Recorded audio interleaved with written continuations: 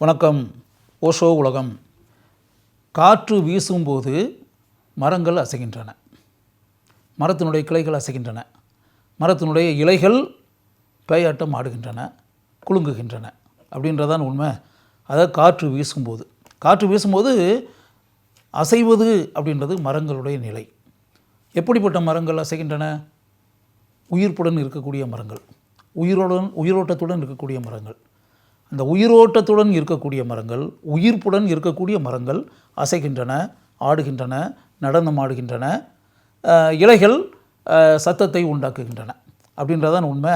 கிளைகள் அப்படியே பேயாட்டம் ஆடுகின்றன. அப்படியே அது சூறாவளி, புயல் அப்படின்லாம் சொல்கிறோம்ல, அப்படியெல்லாம் வரும்போது மரங்கள் எந்த அளவிற்கு ஆடுகின்றன அப்படின்றதெல்லாம் நம்ம பார்க்குறோம்ல.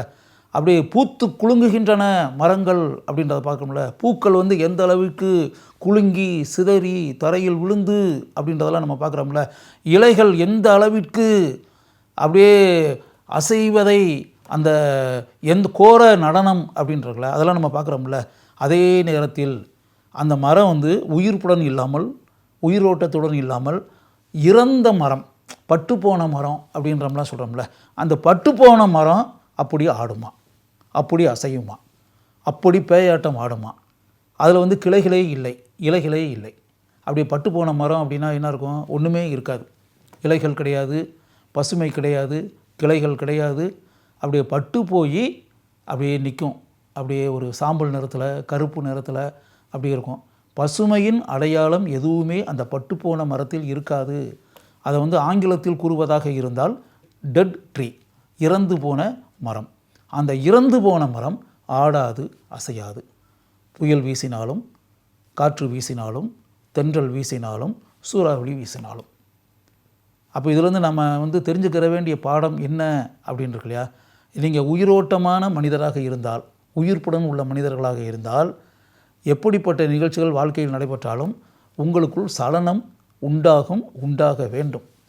எப்படி காற்று வீசும்போது மரங்கள் ஆடுகின்றனவோ, அசைகின்றனவோ, கிளைகள் ஆடுகின்றனவோ, அசைகின்றனவோ, இலைகள் எப்படி ஆடுகின்றனவோ, அசைகின்றனவோ, அதே போல் சந்தோஷ சம்பவங்கள் உங்களுடைய வாழ்க்கையில் நடைபெறும்போது உங்கள் சரீரம் அசைய வேண்டும், மனம் அசைய வேண்டும், மூளை அசைய வேண்டும்.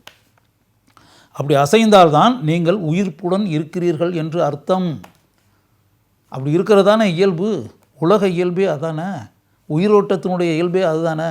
அப்படி இல்லாமல் நீங்கள் மறத்து போய் சந்தோஷ தருணங்கள் உண்டாகும்போது, சந்தோஷ சம்பவங்கள் உண்டாகும்போது அதனால் எந்த விதமான பாதிப்புமே இல்லாமல், உயிரோட்டமே இல்லாமல், சிலையை போல, சிற்பத்தை போல நீங்கள் இருக்கிறீர்கள் என்றால் அப்படின்னு அர்த்தம் என்ன? உங்கள்கிட்ட உயிரோட்டமே இல்லைன்னு அர்த்தம்.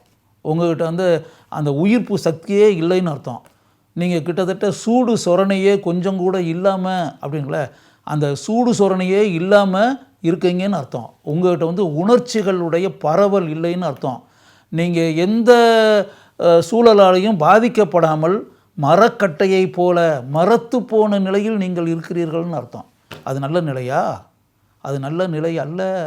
அதனால் சந்தோஷமான சம்பவங்கள் உங்களுடைய வாழ்க்கையில் உண்டாகும்போது அந்த ஆனந்த நீரோட்டம், ஆனந்த பெருக்கு, ஆனந்த ஓட்டம் அது மின்சாரத்தை போல உங்களுடைய நாடி நரம்புகளில் பாய வேண்டும், உங்களுக்குள் அனுமதிக்க வேண்டும்.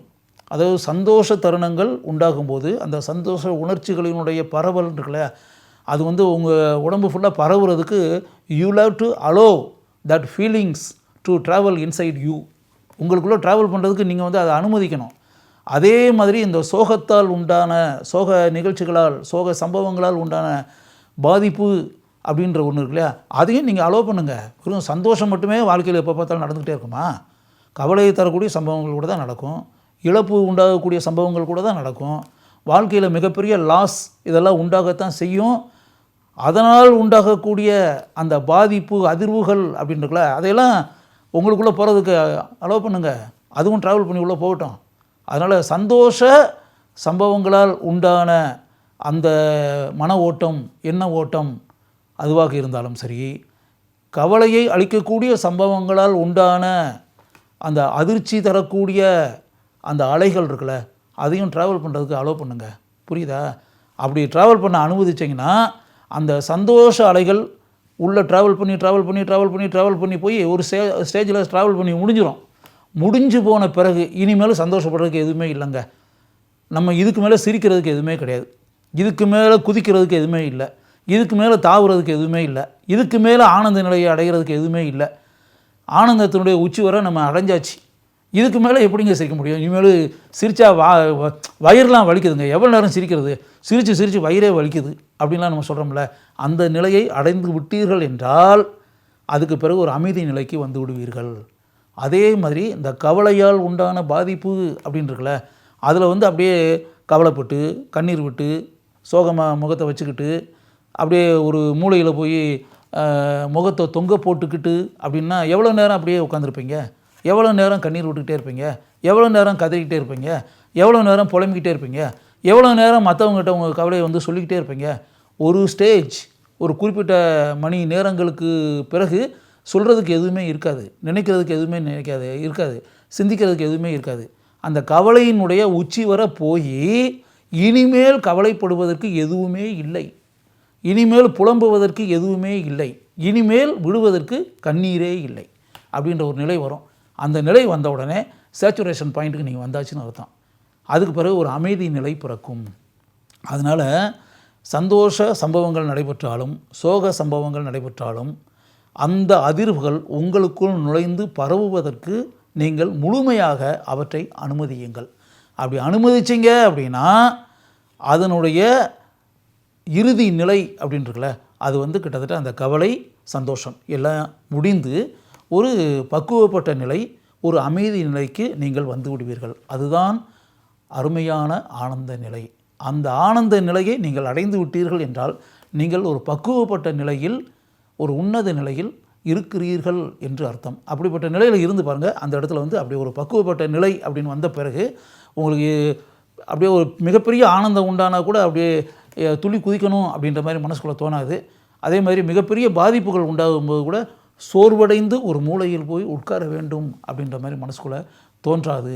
அதனால் இப்படிப்பட்ட நிகழ்வுகள் உங்களுடைய வாழ்க்கையில் நடைபெறும்போது முழுமையாக நீங்கள் வந்து அந்த அனுபவங்கள் இருக்குல்ல, அனுபவங்களுக்கு உங்களுடைய மனதிலும் சரீரத்திலும் முழுமையான இடத்தை கொடுத்து நீங்கள் செயல்பட்டீர்கள் என்றால் நீங்கள் ஒரு பக்குவப்பட்ட மனிதர்களாக வாழ்க்கையில் ஆவீர்கள் அப்படின்னு சொல்லி ஓஷோ சொல்கிறாரு. மிக உயர்ந்த விஷயம். நீங்களே இதை உங்களுடைய வாழ்க்கையில் சோதனை செய்து பார்த்தீர்கள் என்றால் இது எவ்வளோ பெரிய உண்மை என்று உங்களுக்கே தெரியும்.